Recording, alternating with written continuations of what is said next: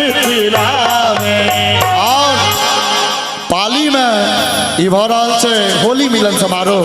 एक बार दुनू हाथ उठा के कह के ले जा रहल छी, पाली में आई मचल होली, पाली में आई मचल होली, पाली में ओ मचल होली, ओ मचल होली, ओ मचल होली, ओ मचल होली, पाली में आई मचल होली, पाली में ओ मचल होली, ओ मचल होली, ओ मचल होली, ओ मचल होली,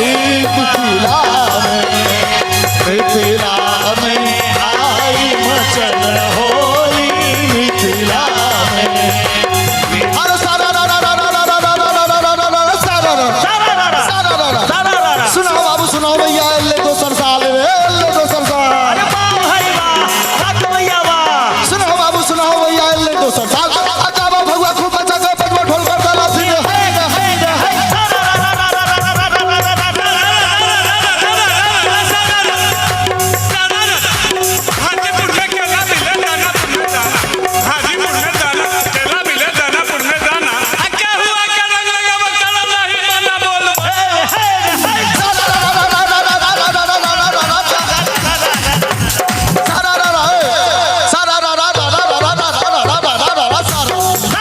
लाले लाला भौजी से लालो कर गाल रे, लालो कर गाल। अरे वाह भाई वाह, वाह भैया वाह। लाले लाला भौजी से लालो कर गाल, लाले लाले भौजी से लालो कर गाल। अब भगवा के दिन दे बरसा पता फिर